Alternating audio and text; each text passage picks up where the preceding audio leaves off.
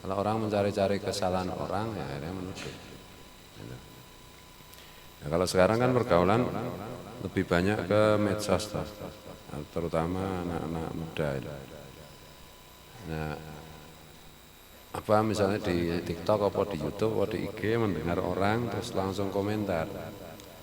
Nah, komentarnya kalau baik aja nggak apa-apa. Komentarnya kan biasanya kadang-kadang itu ada yang buruk kan itu, mencaci maki. Itu kan menuduh, padahal kan belum tentu yang dimaksud si pembicara itu seperti tuduhan itu, seperti yang dituduhkan orang yang komentar itu.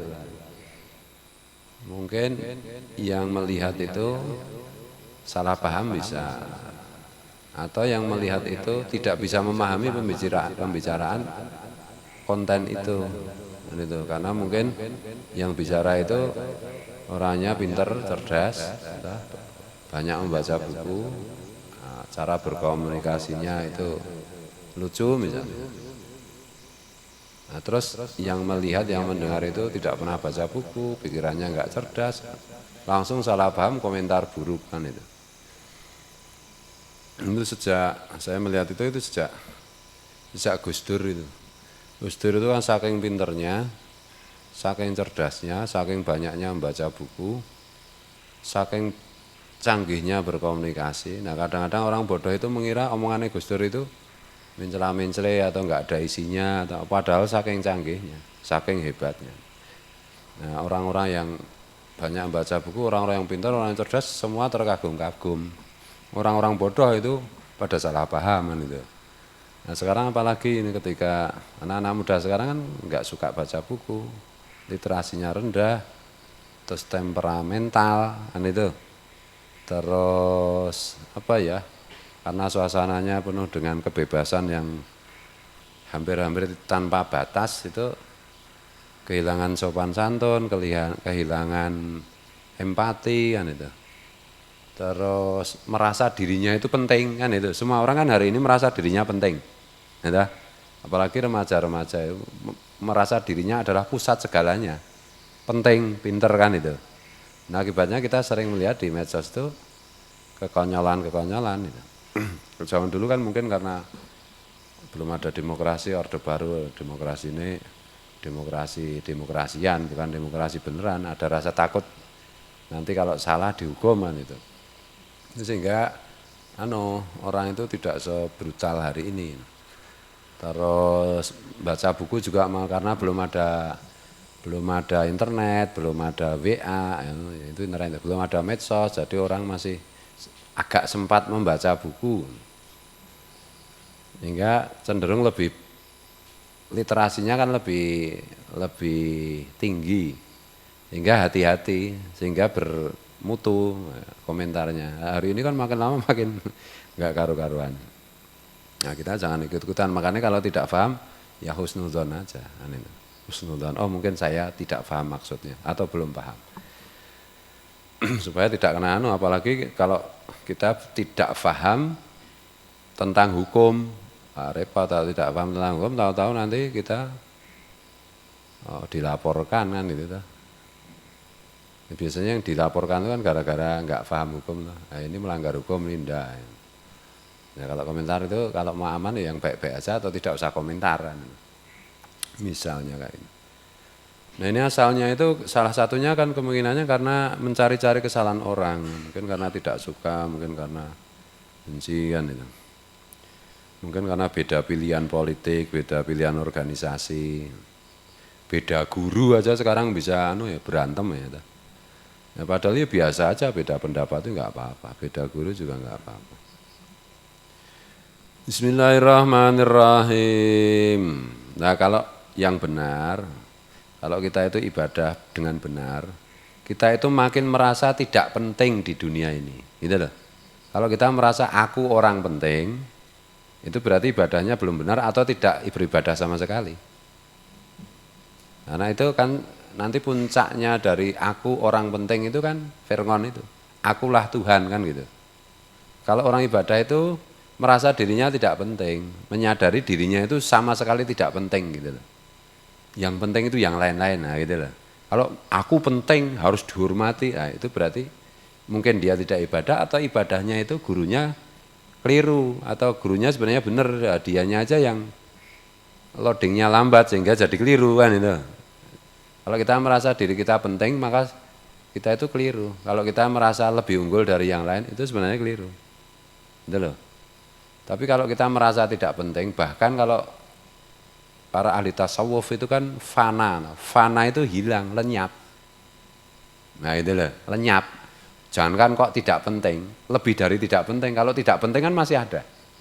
Nah, fana itu tidak ada lagi. Nah, yang ada cuma Allah, Rasulullah, dan kita melayani sesama kan, mementingkan sesama.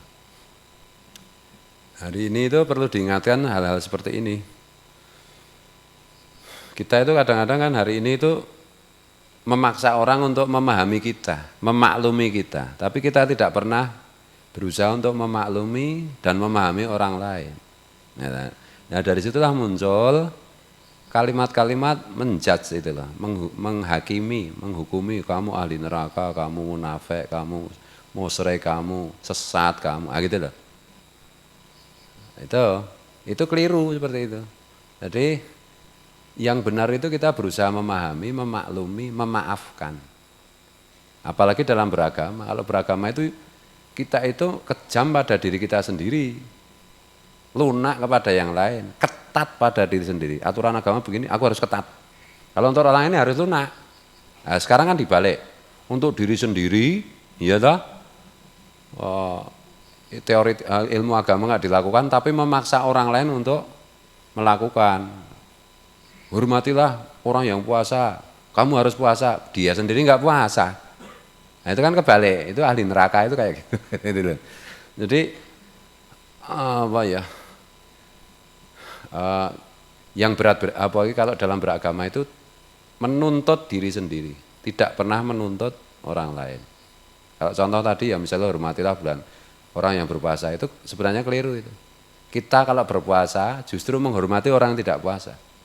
Kalau kita berpuasa masih minta dihormati, itu puasa kita belum pada jalur yang benar. Kan itu loh.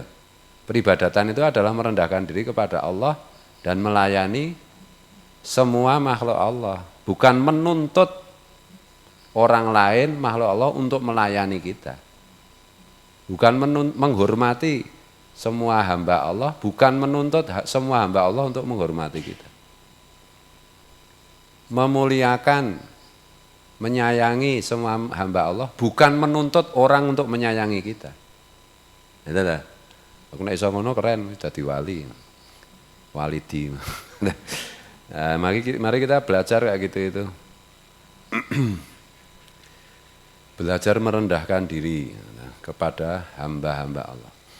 Wa an Abi Hurairah radhiyallahu anhu anna Rasulullah sallallahu qala, diriwayatkan dari Abi Hurairah radhiyallahu anhu bahwa Rasulullah sallallahu pernah bersabda, "Iyyakum waz-dzanna fa inna dzanna akdzabul hadis." Waspadalah kalian terhadap prasangka, terhadap berprasangka. Sebab berprasangka itu adalah sebohong-bohongnya omongan, sebohong-bohongnya pembicaraan. Jangan suka berprasangka, karena berprasangka itu kebanyakannya keliru gitu loh, mudahnya itu. Apa itu nih? Inna ba'dadzon ismun. Sebagian dari prasangka itu dosa, maksudnya itu dalam Al-Quran itu kan begitu. Maksudnya itu sebagian besar dari prasangka itu keliru. Jangan suka berprasangka. Maksudnya prasangka buruk, kalau prasangka baik malah nggak apa-apa, malah. Namanya kan husnudzon. Karena ini suudzon yang dimaksud. Sangka buruk, berprasangka buruk kepada orang. Jangan. Prasangkanya baik. Kalau sangka buruk itu malah kepada diri sendiri. Jangan-jangan saya itu tidak ikhlas. Jangan-jangan saya itu sombong. Jangan, gitu loh. Jangan dibalik-balik. Husnudzon pada diri sendiri, suudzon pada orang lain. Kalau aku kan baik, pasti takwa, pasti benar.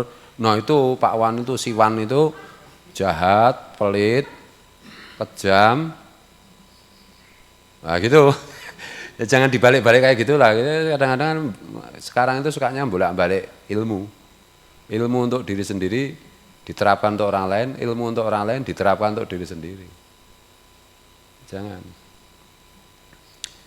Wala tahassasu, dan janganlah kalian mencari kesalahan orang lain.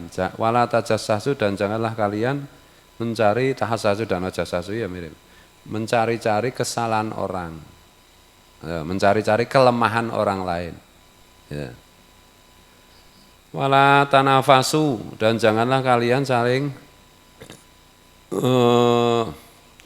unggul-unggulan, janganlah kalian saling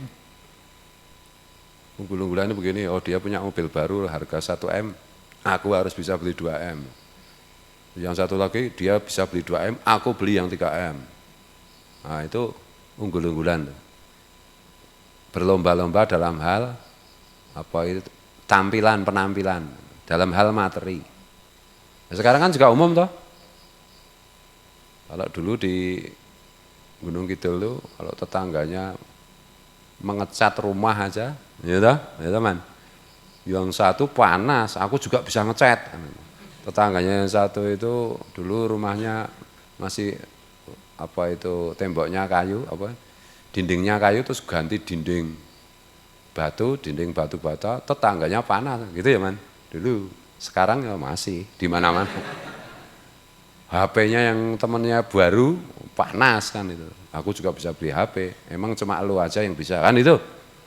Nah kayak gitu itu satu capek, dua dosa, itu loh. Janganlah kalian saling seperti itu. Harusnya itu tetangganya beli mobil harganya 100 juta, muangkal beri sepeda yang paling jelek, kan itu.